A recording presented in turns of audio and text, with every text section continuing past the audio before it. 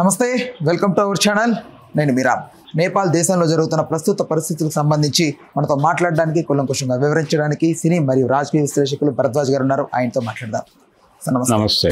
నేపాల్లో జరుగుతున్న ప్రస్తుత పరిస్థితులు మనం చూస్తే చాలా అధ్వానంగా ఉన్నాయి, ఒక రకంగా చాలా దారుణంగా కూడా ఉన్నాయి. అంటే యువత ఇంతలా తిరగబడడానికి గల కారణం గవర్నమెంట్ అని అంటున్నారు, కానీ దొరికిందే సందనుకోను, దొరికిందే వెసులుబాటుగా చూసుకోను ఇంత ఇదిగా దౌర్జన్యాలు, ఇంత ఇదిగా దుర్మార్గానికి పాల్పడడం అసలు సమాజాన్ని ఎలా చూడవచ్చు? అక్కడ అంటే జన్జీ మూమెంట్ అని అంటున్నారు దీన్ని. అంటే ఈ జనరేషన్, ఈ తరం పోరాటం అనేది వాళ్ళ ఉద్దేశం. అంటే ప్రధానంగా నిరుద్యోగానికి సంబంధించినటువంటి ఉపాధి లేమి అనేది చాలా బలంగా ఉంది అక్కడ. బలంగా ఉంది అని ఎందుకు చెప్పచ్చు అంటే, కాన్ఫిడెంట్గా నేపాల్ నుంచి విపరీతంగా వలసలు ఉన్నాయి భారతదేశానికి. మీరు ఏ అపార్ట్మెంట్కైనా వెళ్ళండి, లేకపోతే ఏ హోటల్కైనా వెళ్ళండి, మెజారిటీ వాళ్ళే ఉంటున్నారు. వాచ్మెన్లు గాను ఇలా రకరకాల ప్రొఫెషన్స్లో. ఒకప్పుడు గుర్ఖాలు, నిజానికి గుర్ఖాల్యాండ్ మూవ్మెంట్ ఒకటి ఉంది మనకి. సుభాష్ ఘీషింగ్ అని ఆయన నాయకత్వంలో జరిగింది. ఆ ల్యాండ్ మన దగ్గర ఉంది, గుర్ఖాల్యాండ్ ఉంది, మన బెంగాల్ లింక్ అది. అయితే ఆ గొడవ వేరు. గుర్ఖాలు నేపాలీ వాళ్ళే గుర్ఖాలు అని అనుకోని అక్కర్లేదు. అలా ఒక ముద్ర వేశారు ఒకప్పుడు, అలా ముద్ర వేశారు. కానీ నేపాల్ నుంచి మైగ్రేషన్ అంటే వలసలు, అక్రమ వలసలు, ఎటువంటి డాక్యుమెంటేషన్ ఏమీ లేకుండా దేశంలోకి అక్రమంగా చొరబడుతున్నటువంటి నేపాలీలు అనేక మంది ఉన్నారు. అయితే అక్కడ ఉన్నటువంటి మతం హిందూ మతమే కాబట్టి మేము హిందువులని, ఈ దేశంలోకి వచ్చేటువంటి హిందువులు ఎవరికైనా స్వాగతం పలుకుతాము అని చెప్పి ఇక్కడ కేంద్ర ప్రభుత్వం ప్రకటించింది. కాబట్టి వాళ్ళకు ఇబ్బంది కావడం లేదు. పైగా వాళ్ళు మన దగ్గర నుంచి చాలా వరకు సరుకులు, చాలా వరకు ఇవన్నీ వాళ్ళు ఇంపోర్ట్ చేసుకుంటారు కదా సార్? అవును, ఇంపోర్ట్ చేసుకుంటారు. అది భారతదేశం మీద ఆధారపడి ఉన్నటువంటి దేశమే. అయితే ఇప్పుడు అక్కడ జరుగుతున్నటువంటి అల్లర్ల వ్యవహారంలో దాని వెనకాల భారతదేశం ఉంది అనేటువంటి ఒక ప్రచారం జరుగుతోంది. అంటే ప్రచండ, వీళ్ళందరూ ప్రచండకి సంబంధించి అతను మావోయిస్టు, అంటే మావోయిస్టు పార్టీ ఉండేది అక్కడ నేపాల్లో.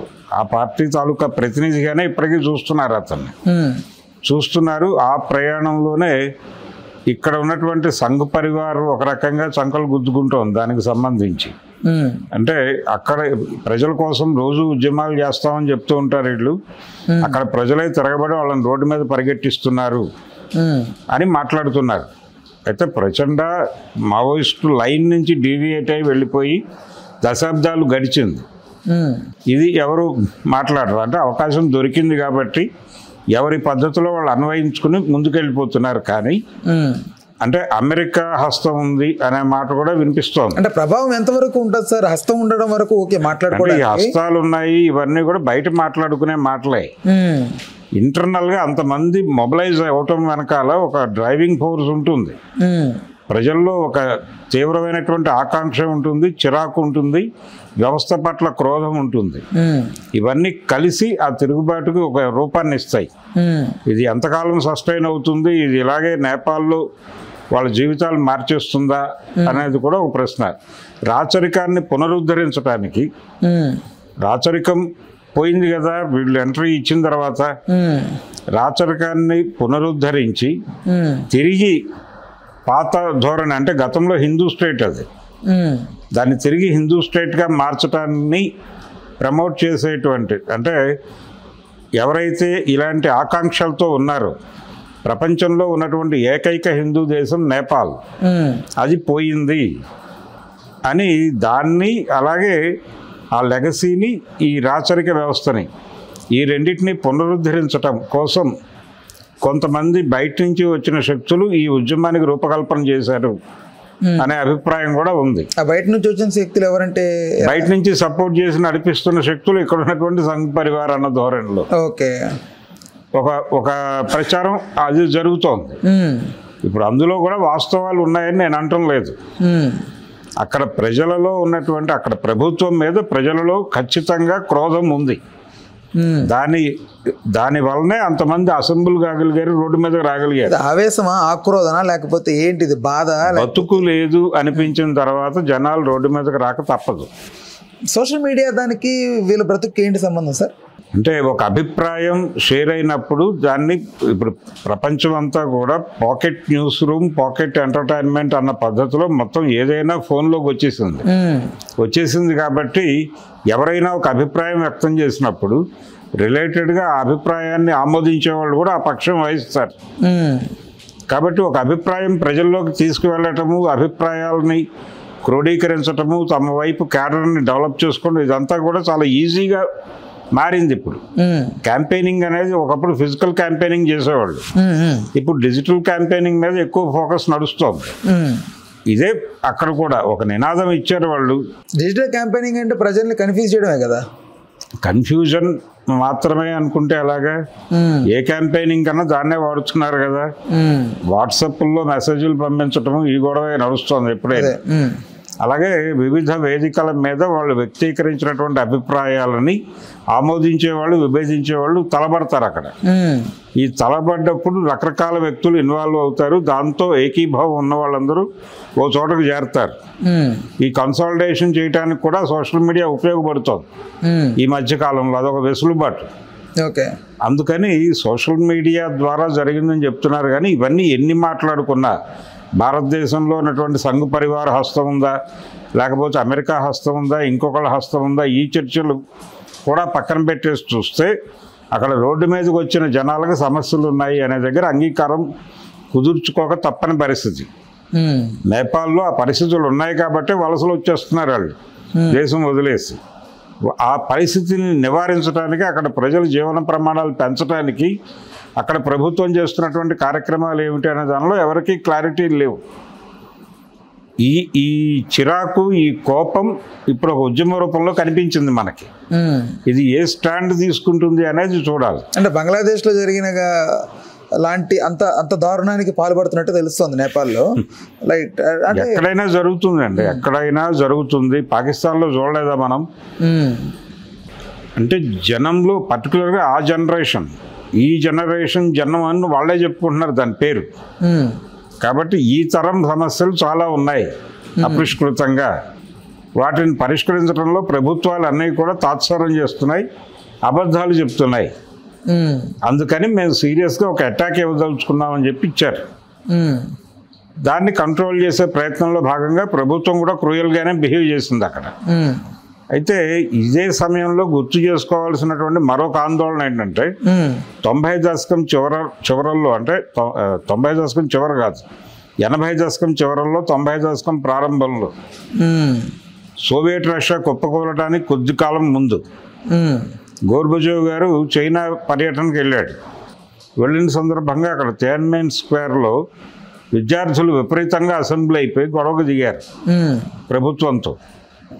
వాళ్ళ మీదకి యుద్ధ ట్యాంకులు నడిపించింది చైనా ప్రభుత్వం, చైనా రెడ్ ఆర్మీ ప్రభుత్వం. వాళ్ళ మీదకి బుల్డోజర్లు పంపిన చరిత్ర ఉంది అక్కడ. ఎందుకు పంపారు? ఆ రోజున వాళ్ళు కూడా స్వేచ్ఛే కోరుకున్నారు. అంటే మా ప్రకారం మేము జీవిస్తాము, ఏ రకమైనటువంటి అదుపాజ్ఞలు మా మీద వద్దు. అంటే ప్రపంచం ఆల్రెడీ ఎక్స్పోజ్ అవుతోంది, టీవీలు వచ్చినాయి, అవన్నీ అప్పుడే మొదలైనాయి దూకుడుగా. కాబట్టి టీవీలు వచ్చేసిన తర్వాత చేతిలోకి, ఇంట్లోకి దానికి VCR పెట్టుకునే సౌలభ్యం వచ్చిన తర్వాత ఏ కంటెంట్ అయినా మేము చూస్తాం. మీరెవరి మధ్యలో మాతో ఘర్షణ పట్టడానికి అన్న ధోరణి వచ్చేసింది. చాలా మంది కిమ్ పరిపాలన అంటారు కదా, అలాంటి పరిపాలన లాంటిదే కనిపించిందా నేపాల్ ఏమన్నా?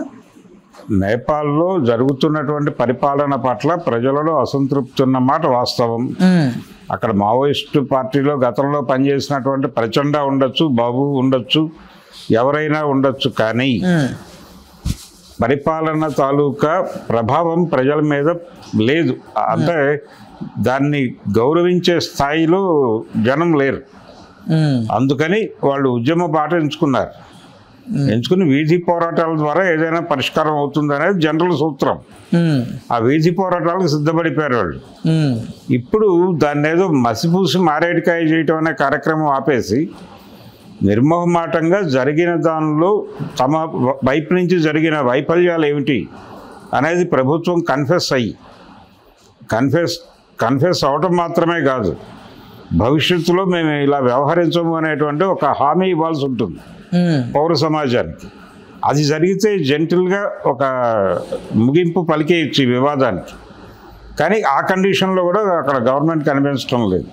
దీని సొల్యూషన్కి ఏంటి అసలు, ఏంటి మార్గం? ఇంకా సొల్యూషన్ ఏం లేదండి. అక్కడ జనాలు ఎక్కడైనా సరే వాళ్ళ ఇబ్బందులు పరిష్కరించుకోవడానికే ఉద్యమం బాట ఎంచుకుంటారు. సామ దాన భేద దండోపాయాలు అన్నట్టుగా ప్రభుత్వాన్ని ముందు అర్జీలు పెట్టుకుని అడుక్కుంటారు, పని అవదు.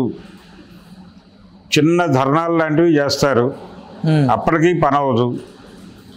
ఊరేగింపులు చేస్తారు, మీటింగులు పెడతారు, రాస్తారోకోలు చేస్తారు, జైలు భరోలు చేస్తారు. ఇన్ని చేసినా పని అవదు. ఇప్పుడు గవర్నమెంట్కి వ్యతిరేకంగా ఫైనల్గా ప్రభుత్వాధినేతనో లేకపోతే ప్రభుత్వంలో చక్రం తిప్పుతున్న వాడినో టార్గెట్ చేసి కొట్టాలనుకుంటారు.